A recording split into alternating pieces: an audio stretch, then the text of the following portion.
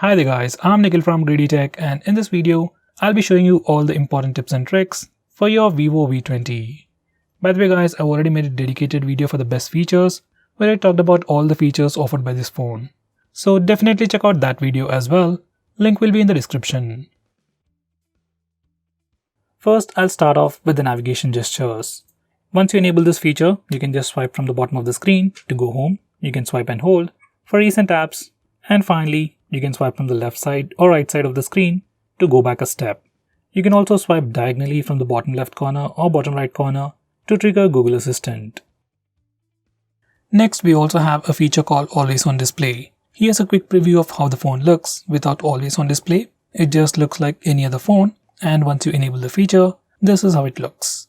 You can see the time and date information on the lock screen along with the fingerprint icon. From settings, you can change the clock style and also schedule it to automatically turn on and turn off at a specific time. Personally, I would keep it on all the time. Next, we also have some camera gestures. We have touch, voice and palm. If you enable the touch gesture, you can just touch the preview screen to take a picture. And if you enable the voice gesture, you can say cheese to take a picture. Cheese. Cheese.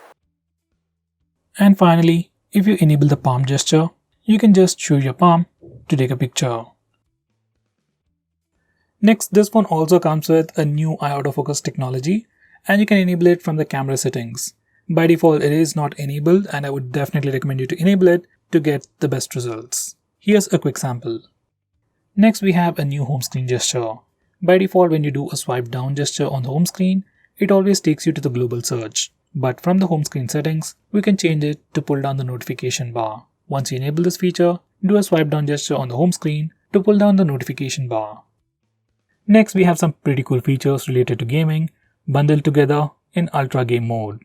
You can access it from settings or the notification toggles, and once you open it up, you can customize a lot of these settings. You have the regular stuff like where you can block calls, notifications, fix brightness levels, and some premium features like 4D game vibration, where the phone vibrates every time you shoot or get shot in games like PUBG. As of now, only few games support this feature.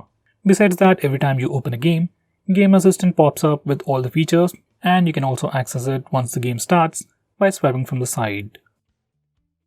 Next, if you're planning to use Face Unlock feature on this phone, I'd suggest you to enable these two toggles. First one is the screen fill light, so that Face Unlock works better even in low lighting conditions. Next, make sure you disable this toggle, stay on lock screen after unlocking, so that your phone unlocks automatically. Next, we also have a dedicated dark mode on this phone. You can enable it directly from the toggles or from the settings. Once you enable the dark mode, it changes the entire theme of the phone. All system UI elements change to the dark mode. Some system applications like the phone dialer, SMS application also change to the dark mode. Even Google applications like Play Store and YouTube change to the dark mode automatically. On this phone, we can also schedule dark mode so that it enables at a specific time and disables automatically at a specific time. Personally, I would keep it on all the time.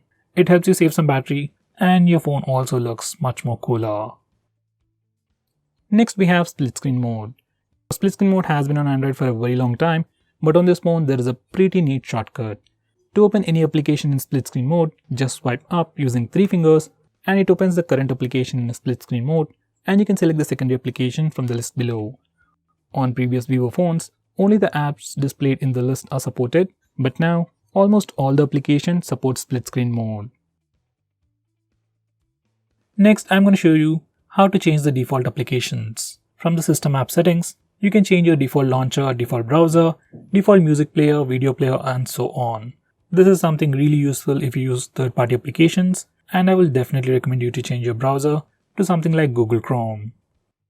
Next, we have flashlight notifications, and you can enable them from accessibility settings. And once you enable this feature, every time you get a call or a message, your phone's flashlight blinks. It's a pretty cool feature. Next, we have a pretty unique feature on this phone called Smart Click, which will allow you to perform a quick action. These are the settings. You can perform multiple tasks, but personally I use it to turn on and turn off flash. So here's a quick preview. When the phone is locked and the display is off, you can press and hold the volume down button to turn on the flash. To turn off the flash, you can either press the power button or just press and hold the volume down button. This is one of my favorite features on this phone. Next, I'm going to show you how to take a screenshot on this phone. Like on any other Android phone, you can press the volume down and power button both at the same time to take a screenshot. And it works anywhere, every time. If that's a bit hard for you, we also have the 3-finger screenshot gesture. It's enabled by default, so all you need to do is just swipe down using 3 fingers to take a screenshot. And once again, even this gesture works everywhere without any hiccups. Next, I'm going to show you how to take a long screenshot. For that, first we need to take a normal screenshot. You can either use the buttons or the gesture, and then click long screenshot. Now we need to click the next button. Once you're done, click save and you'll get a long screenshot. Next, we can also display the battery percentage on the status bar. For that, go to settings and enable the toggle for the battery percentage. Once you do that, you can see the battery percentage on the status bar. Next, I'm going to show you how to disable the lock screen poster feature. Now here's a quick preview of the lock screen. Every time you go to the lock screen, you see a different wallpaper. Some people like it, some people don't. If you want a fixed wallpaper or if you just want to disable this feature, just go to the lock screen settings and disable this toggle. Once we do that, we get a fixed lock screen wallpaper. Here's a quick preview.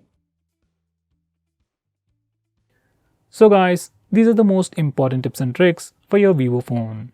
If I missed out on anything important, do let me know by commenting below this video, and definitely check out my video on the best features. Link will be in the description. If you're planning to buy this phone, use the link in the description. It always helps the channel. And if you want us to make any specific video, tweet out to us with the hashtag AskGreedyTech on Twitter and we will try to make it as soon as possible. I'm Nikhil from GreedyTech signing off. Have a nice day.